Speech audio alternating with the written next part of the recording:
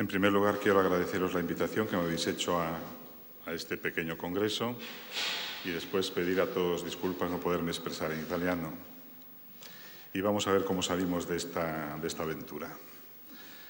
Comienzo diciendo que la vida de Sor Isabel de la Trinidad se desarrolla en un periodo concreto de la historia francesa, 1880-1906, marcado por las turbulencias y tensiones políticas que caracterizaron el establecimiento de una sociedad laica, tendente a recortar la influencia social de la religión y, más concretamente, del catolicismo, confesión mayoritaria en Francia por aquel entonces. Periodo que concluye con la separación entre la Iglesia y el Estado, lo cual afectó a la vida de la Iglesia y de los católicos. En este ambiente de dificultad para la Iglesia y particularmente para la vida religiosa, Isabel decide consagrar su vida a Dios en el Carmelo de Dijon. En 1877, el fracaso de la política de defensa religiosa y social, preconizada por Monseñor Dupanloup, obispo de Orleans, y la imposibilidad de restaurar la monarquía por desavenencia de los mismos monárquicos, tuvo como consecuencia la sustitución de la República de los Duques, como era conocido el mandato de Mathmahon, favorable al influjo social de la religión, por la República de los Republicanos, que enseguida puso el acento en una política de secularización sistemática. Con la división de Mathmahon, en enero de 1879, la posibilidad de una restauración monárquica desaparece en Francia, lo que posibilita el establecimiento de la República de forma estable. Este mismo año, los radicales consiguen el control de las dos cámaras. La intención de Gambetta, el líder radical, que fue quien el 4 de septiembre de 1870 proclamó la República tras la derrota del Imperio, era debilitar la posición de la Iglesia en el seno de la sociedad francesa, mediante la separación del Estado, la estatalización de la enseñanza, eliminando de ella a las congregaciones religiosas. La laicidad, que va a convertirse en una de las características de la Francia contemporánea, hunde su raíz en la tradición ilustrada y, más concretamente, en la Revolución de 1789. Está vinculada al principio de la igualdad y de la libertad de opinión proclamado por la Declaración de los Derechos del Hombre y del Ciudadano. A partir de 1879, con la llegada al gobierno de los radicales, partidarios de una sociedad laica, el diputado Paul Vert propuso 3 principios por los que debía regirse la enseñanza: la obligatoriedad, la gratuidad, la laicidad. El amplio movimiento radical consideraba la educación como algo más que enseñar a leer, escribir y calcular. Para el radicalismo, la educación es la base moral desde donde intentar construir la sociedad laica, ayudando a amar los principios de la Revolución y crear un nuevo patriotismo que aglutine a todos los franceses. En la construcción de la República y en el desarrollo del patriotismo republicano juega un papel determinante la Ley del 30 de septiembre de 1880, conocida como la Ley de Reparación Nacional, por la cual se asignaba una pensión o renta vitalicia a todos los ciudadanos franceses víctimas del golpe de Estado del 2 de diciembre que instauró el Segundo Imperio.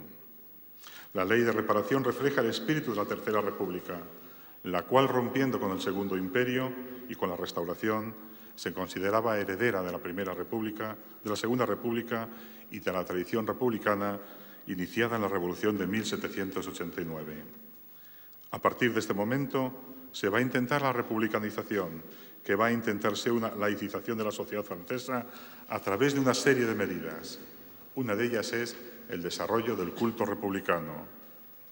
A partir de 1880 se desarrolla la liturgia y la simbología republicana, que tenía por finalidad hacer penetrar en el alma de los franceses el espíritu republicano. Por la ley del 6 de julio de 1880 se establece la fiesta nacional el 14 de julio. La Marianne, la libertad guiando al pueblo, vista como expresión de la libertad y de la dignidad republicana, es aceptada como símbolo de la República. La bandera tricolor, la bandera nacional de Francia en 1794, prohibida durante la Restauración, es adoptada definitivamente como bandera nacional. Los monárquicos se resistirán a aceptarla como tal hasta la Primera Guerra Mundial. La marsellesa, que tenía su origen en la época de la Revolución, fue declarada himno nacional también en este año de 1879. El culto republicano llevará a suprimir del espacio público todo lo que tiene que ver con el espíritu católico. Entre 1880 1879 y 1883 se retiran los crucifijos de las escuelas, se retiran los símbolos religiosos de los hospitales y de las entradas de los cementerios. Se suprime la oración ante la apertura del Parlamento. Por el contrario, la iconografía y las onomásticas republicanas se imponen por todo el territorio francés. Los gobiernos radicales van a promulgar una serie de leyes y decretos por los cuales se prohíbe la enseñanza a las órdenes y congregaciones no autorizadas. En esta línea se expulsa a los jesuitas y se obliga a las órdenes religiosas a solicitar su autorización. Se establece la escuela obligatoria, gratuita, laica, y se declara la enseñanza secundaria laica. Se excluye la enseñanza religiosa en las escuelas públicas y se excluye a los eclesiásticos del Consejo Superior de Instrucción Pública. Para reforzar esta política de enseñanza, en la década de 1880, el presupuesto de enseñanza se multiplicó por 3 y se obligó a los maestros a formarse en las escuelas normales de los distintos departamentos. Esto iba contra las congregaciones, que formaban a sus propios maestros en escuelas propias. En segundo lugar, tenemos la secularización de la sociedad.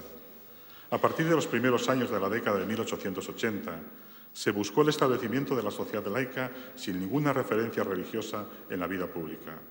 Si en 1879 se expulsaba de la Comisión de Hospitales y Establecimientos Benéficos a los sacerdotes, en 1880 se suprimían los capellanes en el ejército y en las escuelas normales.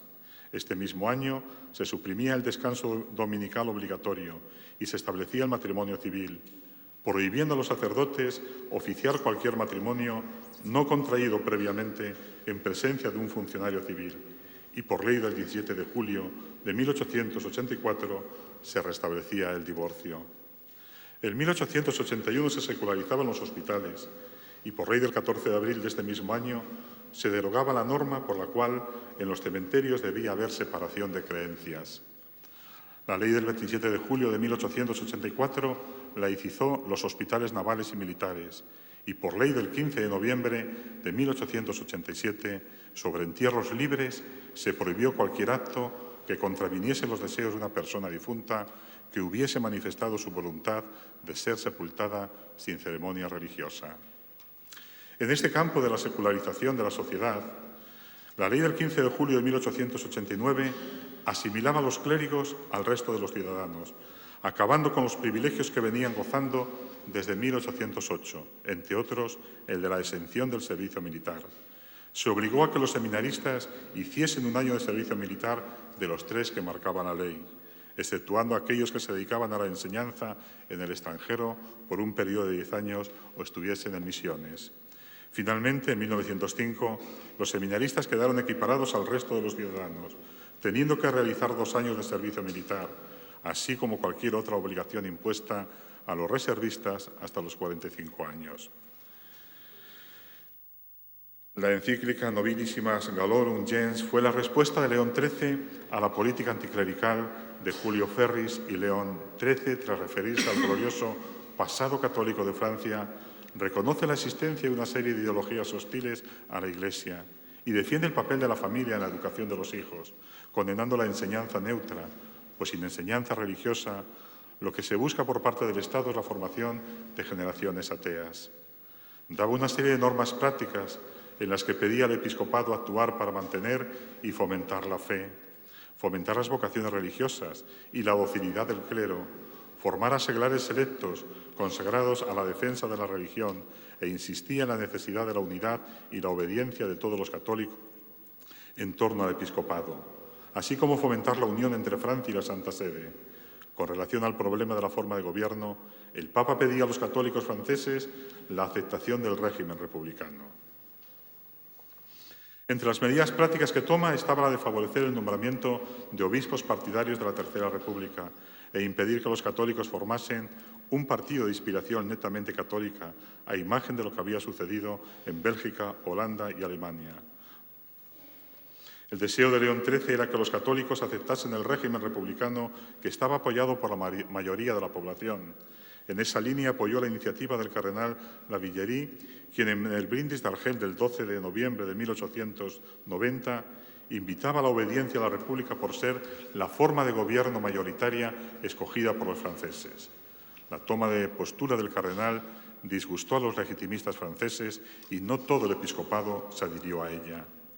Debemos tener en cuenta que los católicos no formaban un bloque homogéneo y que no tenían una postura común en estos debates que se dieron en Francia en la década de 1880, así como los que tendrán lugar en los primeros años del siglo XX.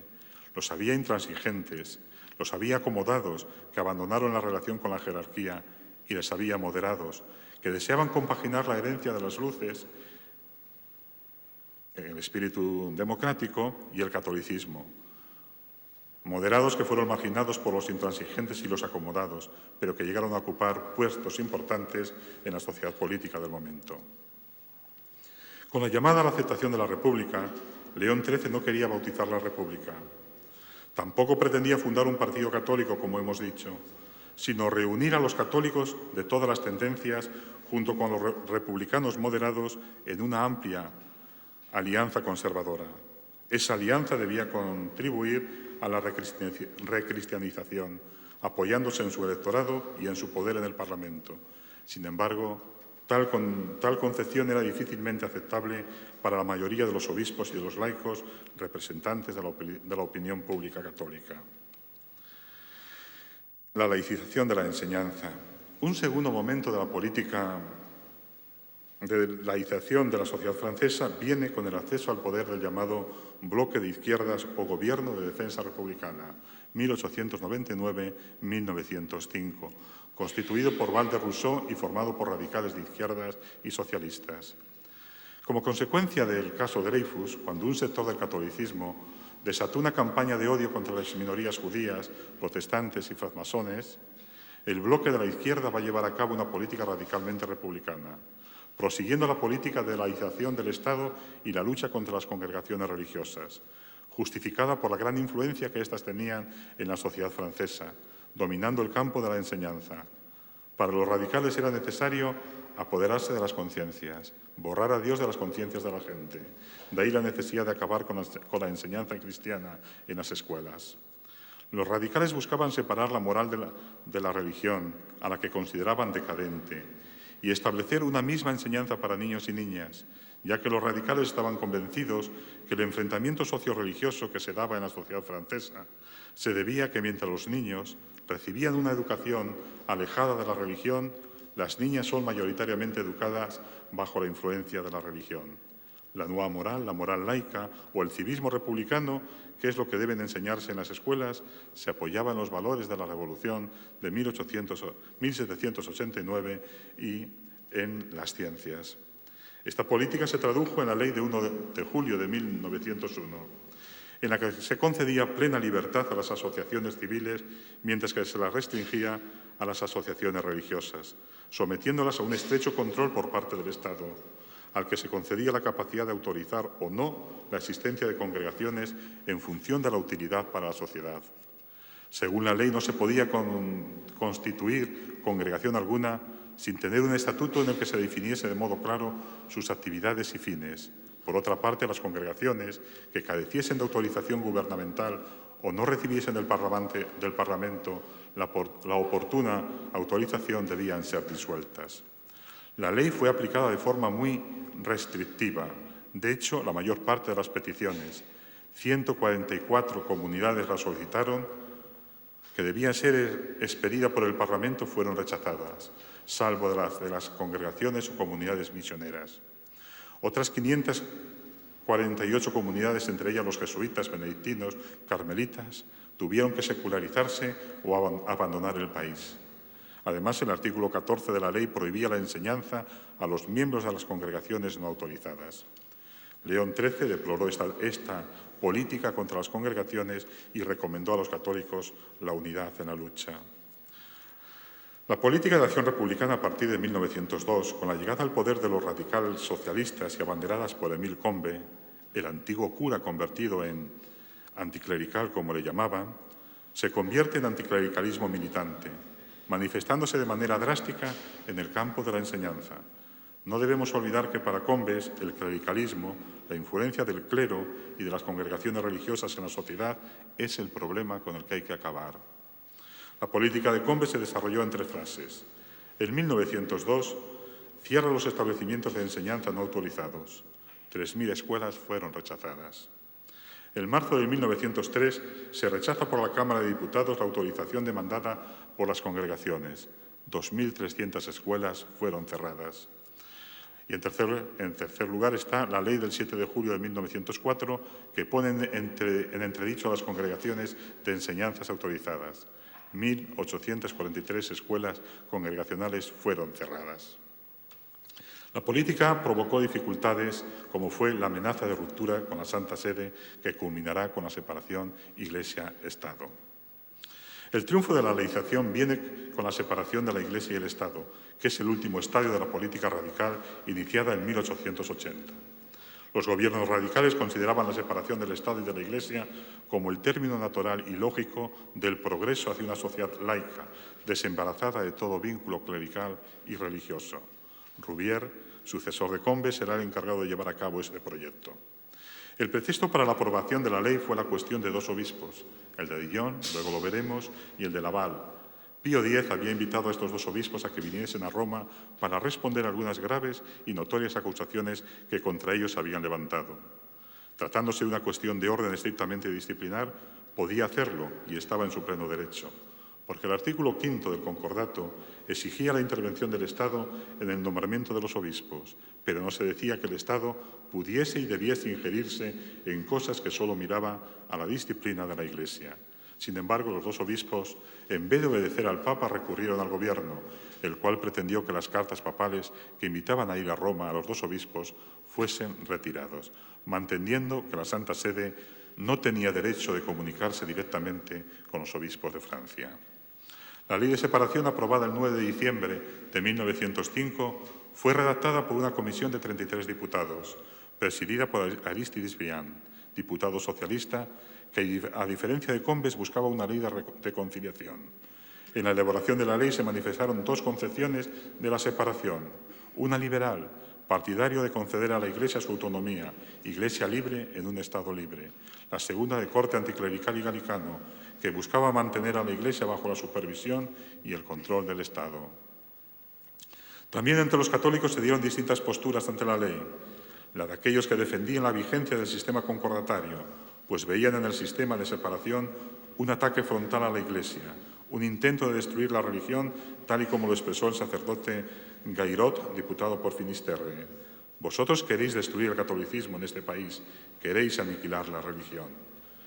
En segundo lugar están los que se mostraban partidarios de la separación en la línea del viejo catolicismo liberal, buscando con ellos la Iglesia libre en el Estado libre, aunque unos entendían que la separación, siguiendo el modelo belga, debía limitarse a la suspensión del presupuesto de culto, mientras otros buscaban que la separación, siguiendo el modelo americano, garantizase todas las libertades de la Iglesia, comprendiendo entre ellas la de enseñanza, la de asistencia a los enfermos y la de comercio. La ley de 1905, que proclama la libertad de conciencia y garantizaba el libre ejercicio de los cultos, fue obra de los republicanos y los librepensadores empeñados en la batalla por el laicismo. Ferdinand Buisson, presidente de la Asociación Nacional de los Librepensadores y colaborador de Julio Ferri en la elaboración de las leyes de enseñanza en la década de 1880, que presidió la comisión parlamentaria encargada de elaborar la ley, afirmaba que había que apartar de la Iglesia la nación, las familias, los individuos, la democracia. Aristide Briand, librepensador, fue el ponente de la ley. La ley derogaba el concordato y mantenía numerosas medidas restrictivas debido a la desconfianza que inspiraba la libertad de la Iglesia. Entre otras, estaba la que ponía fin a la subvención pública del culto. La Iglesia era considerada una sociedad o asociación de derecho privado y obligada a que los bienes de los establecimientos públicos de culto fuesen entregados a las asociaciones cultuales dirigidas por laicos. La separación no podía ser tampoco absoluta, debido a las cuestiones materiales que debían regular. De hecho, el Estado, a partir de 1905, se vio en la obligación de legislar más que nunca para establecer nuevos lugares de encuentro entre las 2 instituciones, Iglesia y Estado. Pío X, que había guardado silencio durante la tramitación de la ley, una vez aprobada la condena en la encíclica Vehementia Nos, del 11 de febrero de 1906. La encíclica afirma que la separación es una tesis falsa y un gran error. La Ley de Separación, en su artículo primero, aseguraba la libertad de conciencia de los franceses y garantizaba el libre ejercicio de los cultos, pero no reconocía subvención alguna al culto, dejando a la Iglesia sin bienes y encargando a las asociaciones de culto la administración de los bienes destinados al mismo. Para Pío X, rotos los pactos del concordato, la consecución natural habría sido dejar a la Iglesia su propia independencia. El Estado no lo había hecho, sino que la había puesto bajo el dominio del poder civil, reduciéndola a una dura condición al colocar bajo las asociaciones de culto asociaciones laicas. A pesar de que no a todos gustó estas asociaciones de culto, entre ellos al conde Alberto Moon, el campeón de la acción social cristiana en Francia, quien afirmaba que no debemos hacernos ilusiones acerca de las intenciones del gobierno, este pretende la destrucción de la Iglesia en Francia, siguiendo el consejo de un grupo de 23 intelectuales católicos conocido con el nombre de Cardenales Verdes, que defendía que a la Iglesia no le quedaba más que aceptar a título de experimento las asociaciones de culto como se contemplaba en la ley. La mayor parte de los obispos, los laicos más notables y los católicos liberales estuvieron a favor de ellas, ya que era el único modo que la Iglesia tenía de conservar, mejor aún, de utilizar sus bienes materiales ahora nacionalizados. Para entender este proyecto debemos tener en cuenta lo que afirmaba la ley, que el culto no podía ejercerse públicamente si no existían asociaciones cultuales. Al no existir estas asociaciones, las iglesias debían ser cerradas. Consecuencias de la política de laización radical. Si la voluntad de laizar el Estado no tenía como objetivo erradicar el catolicismo entre las creencias personales, sin embargo, contribuyó a disminuir progresivamente la práctica religiosa de los fieles. Es cierto que la descristianización de la sociedad en algunos casos se debe a la oposición de la Iglesia a la aceptación del mundo moderno.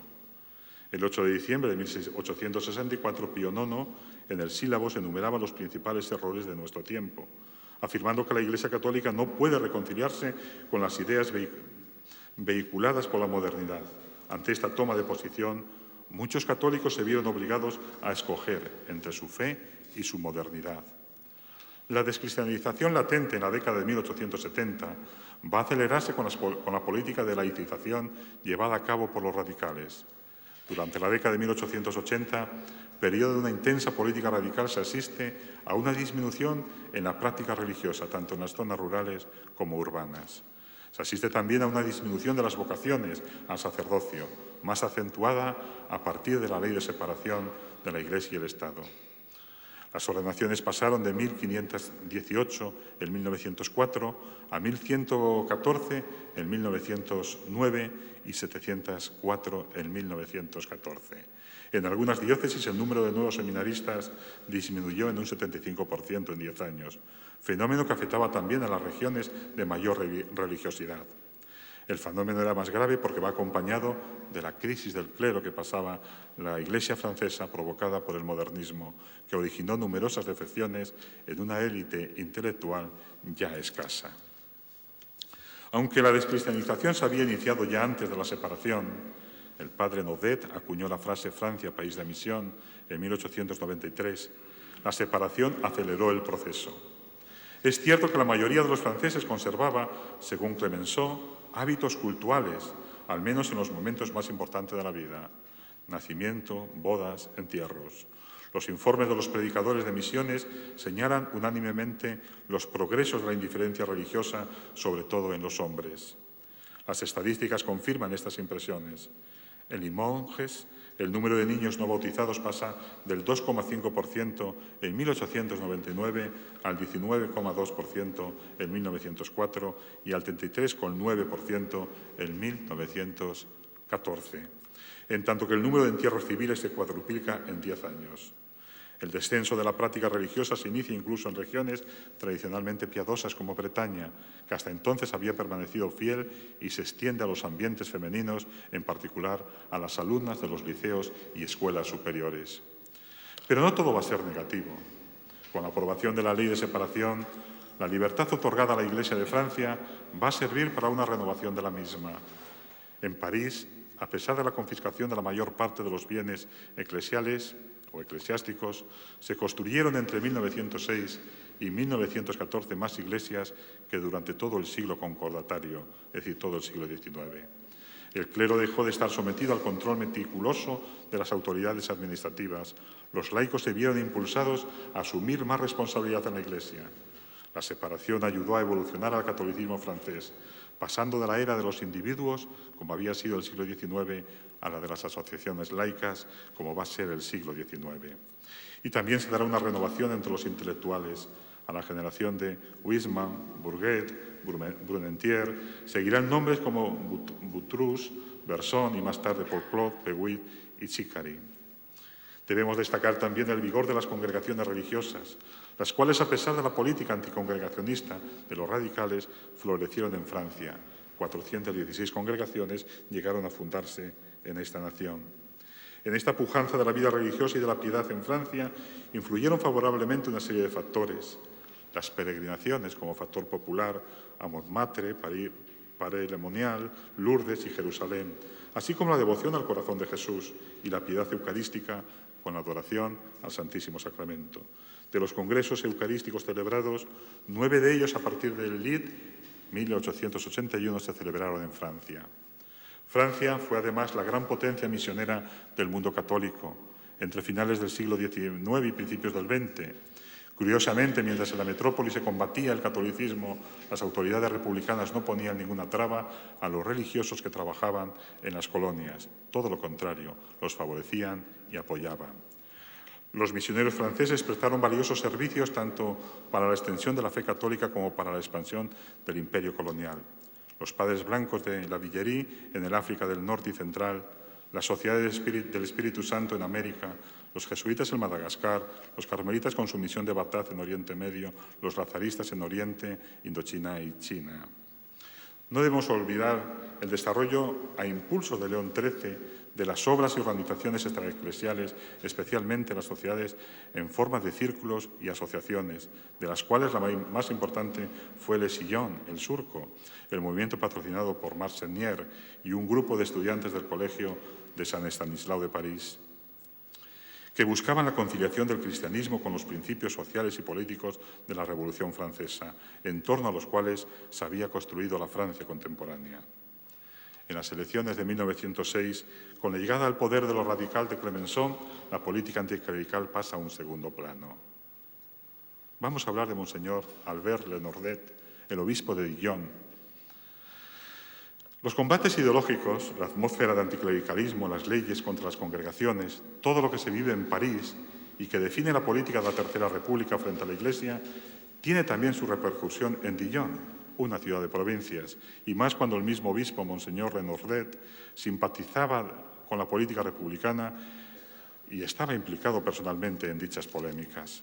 Lenordet, obispo de Dijon, fue muy bien recibido en febrero de 1899, cuando llegó a Dijon a tomar posesión de la diócesis que le había sido encomendada. Monseñor Alberto Lenordet fue apreciado desde el principio por Isabel, que fue a escuchar las conferencias a los jóvenes que dio a finales de noviembre de 1899. Más tarde, cuando prepare su entrada en el Carmelo, irá a verlo con su madre y será quien el 8 de diciembre de 1901 presida su toma de hábito, lo cual no debía hacer mucha gracia a la priora Madre Germana, hermana del marqués de Saint-Seine, líder de los 200, que agrupaba a los notables de Dijon opuestos a la República y a la política de los radicales. Lenordet deseaba controlarlo todo de forma autoritaria. Incluso quiso prohibir que el coro catedralicio interpretase cantos gregorianos en las celebraciones.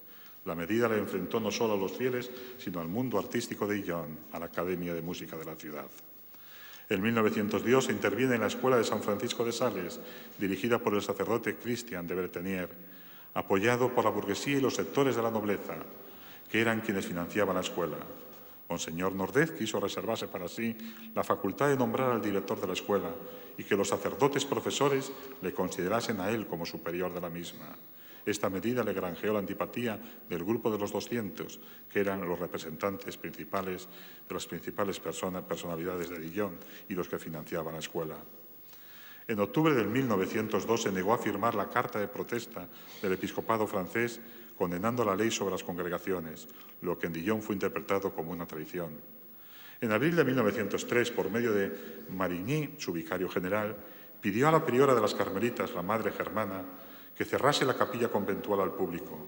Ante esta imposición, la Madre Germana viajó a Suiza y a Bélgica en busca de posibles refugios en caso de ser expulsada la comunidad.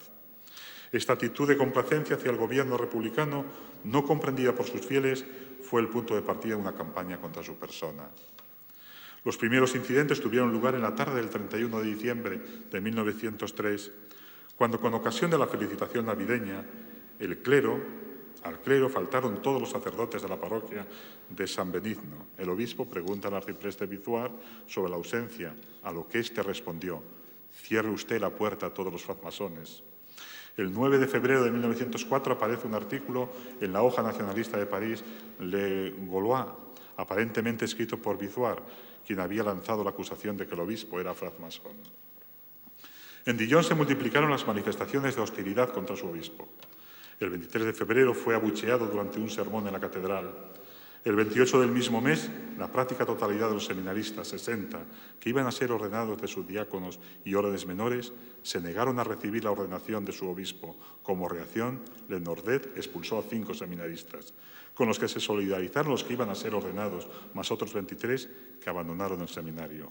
Uno de los que lideraron la oposición de los seminaristas a su obispo fue Cherinar, cuñado de Margarita, la hermana de Sor Isabel, con la que se carteaba. El 13 de junio, durante una confirmación en San Benigno, solo 89 de 190 niños que iban a recibir el sacramento se presentaron, y en vez de ser recibido por el párroco lo fue por uno de sus vicarios, con lo cual el obispo tuvo que suspender la ceremonia. A la noche siguiente, en los muros del obispado, aparecieron frases injuriosas contra el obispo. «Abajo el cerdo, abajo el francmasón, abajo el vendido». Día después, la campaña anti-Nordet fue alimentada por la difusión a las puertas de las iglesias de un panfleto de 8 páginas conocido como el Manifiesto de los 200, en donde se atacaba abiertamente al obispo. Este mismo mes, junio de 1904, por orden del prefecto y sin protesta por parte del obispo, se cerraron 4 escuelas libres, la de los hermanos de las escuelas cristianas, las de la Visitación, la de las dominicas y la de las ursulinas, sin que el obispo protestara por ello. Ante estos hechos, Lenordet, sin la autorización del gobierno francés, lo que iba contra el concordato de 1808, fue convocado a Roma el 4 de septiembre de 1904. Es destituido como obispo de Dijon. En medio de las tensiones entre la Iglesia y la República, este incidente sirvió a Combes de pretexto para romper las relaciones con la Santa Sede. Vamos a hablar algo sobre la renovación de la piedad en ese siglo XIX. Sabemos que Sor Isabel de la Trinidad vive en las últimas décadas del siglo XIX y primeros años del siglo XX, tiempos que desde el punto de vista religioso, devocional, es fruto de todo un proceso de restauración político, social y religioso llevado a cabo en Francia a lo largo de todo el siglo XIX, fundamentalmente desde la caída de Napoleón en 1815. La restauración se hizo contra un mundo que se pretendía superar, el mundo del siglo XVIII, fundamentalmente todo lo que suponía la Revolución de 1789. Y se hizo también frente a lo que, avanzado el siglo XIX, es más un fantasma del pasado que una realidad, el jansenismo, con todo lo que este movimiento supuso: determinismo en cuanto a la gracia, concepto elitista de la santidad, purificación de las expresiones religiosas. Todo esto hizo que la mayor parte de los católicos franceses, añorantes de un pasado a veces mitificado, perteneciesen al siglo XIX en cuanto a realidad cronológica, pero no espiritual y psicológicamente. Viven en el siglo con miedo frente a todo lo que supone la modernidad, las ciencias, la técnica, las ideologías, los sistemas políticos que éstas sustentan. En medio de un siglo en el que no se sienten a gusto, buscan reafirmar su propia identidad, el aparato sacramental, el mundo devocional. Isabel de la Trinidad, desde que el día de su primera comunión le contaron que su nombre, Isabel, significa casa de Dios, irá descubriendo la verdad de esa palabra, casa de Dios, y la experiencia de sentirse habitada por Dios, el Dios del Evangelio, lo cual va a marcar toda su vida. En una de sus últimas cartas dirigida a una amiga le dice: «Le dejo mi fe en la presencia de Dios, todo amor que habita en nuestras almas. Se lo confío, esta intimidad con Él dentro ha sido el bello sol que ha iluminado mi vida, haciendo de ella un cielo anticipado. Es lo que me sostiene hoy en el dolor. No tengo miedo de mi debilidad. Es ella que me da la confianza. porque el fuerte está en mí y su poder lo puede todo. Destaca en Sor Isabel la devoción que siente por la Virgen. En cada fiesta mariana repite su consagración a la Virgen. Desde que era una niña acudía a la Virgen para verse libre de su gran defecto, el pecado de vanidad.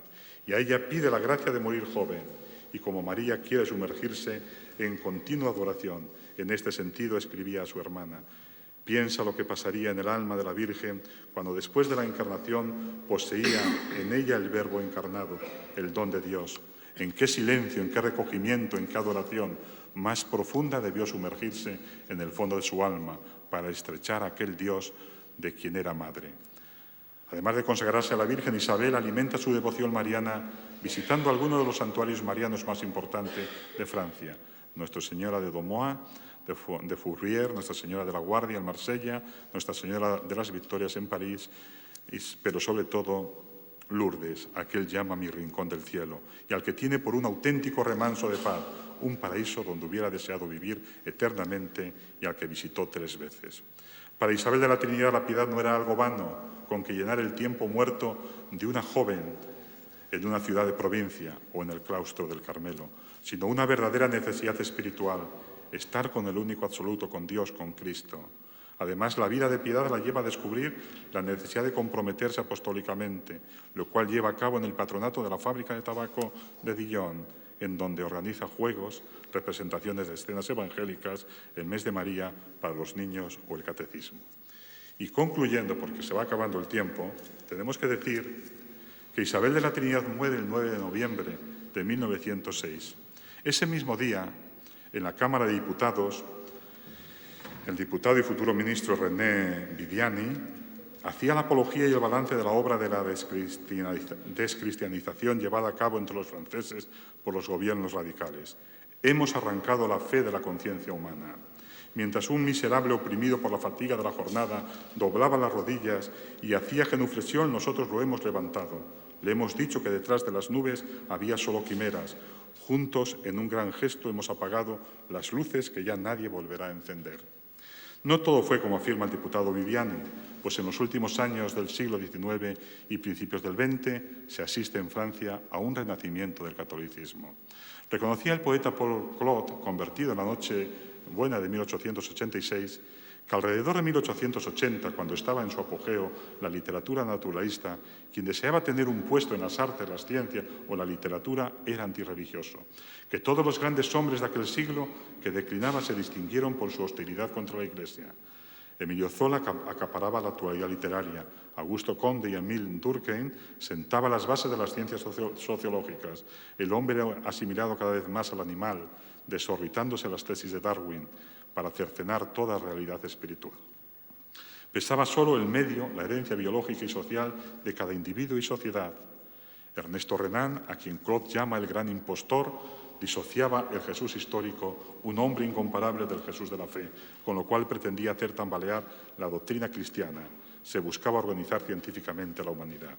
Si esto ocurría en torno a 1880, fecha de nacimiento de Sor Isabel, en torno a 1900, con el nuevo siglo, nos encontramos en Francia con un movimiento de renacimiento literario católico que se prolongará hasta la década de 1940. Muchos escritores y pensadores cansados de la cultura dominante hasta ese momento vuelven su mirada al catolicismo. Así describe Jacques Maritain a esta nueva generación de jóvenes.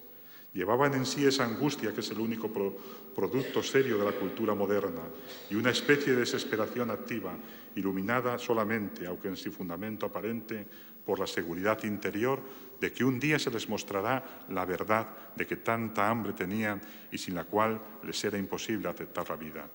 Sosteníanlos débilmente una especie de moral estética cuya idea del suicidio tras el fracaso de algunas experiencias demasiado bellas para tener éxito parecía ofrecer la única solución.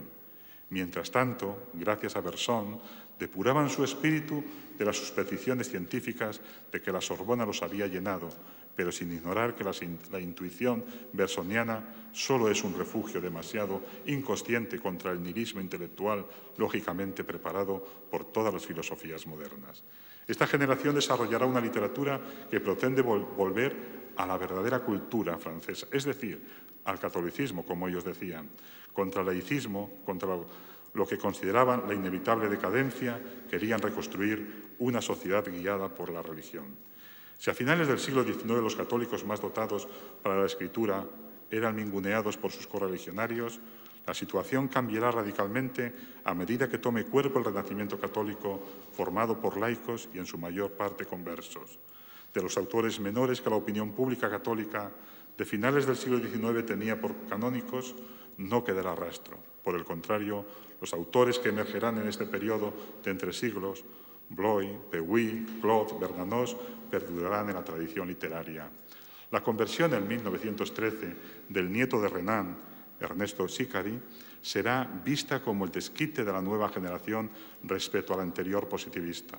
La sombra de Renan, el impostor, persiguió a Paul Claudel toda su vida. Y no debemos olvidar, y con esto vamos a acabar, en el renacimiento espiritual que se dio en los primeros años del siglo XIX, el huracán de gloria, la influencia que tuvo la difusión de la historia de un alma de Santa Teresa de Lisieux, cuya primera edición es de 1899, yendo su difusión en aumento en los años posteriores, sobre todo en los años de la Gran Guerra. En 1915 eran 211.000 los ejemplares de Historia de un alma que se habían editado. En el arraigo de la devoción a Santa Teresita juega un papel fundamental la invocación como santa soberana. Esta invocación se apoyaba en los milagros, la lluvia de rosas que tras su muerte la atribuyeron. De ellos se la consideraba la taumaturga más grande de los tiempos modernos.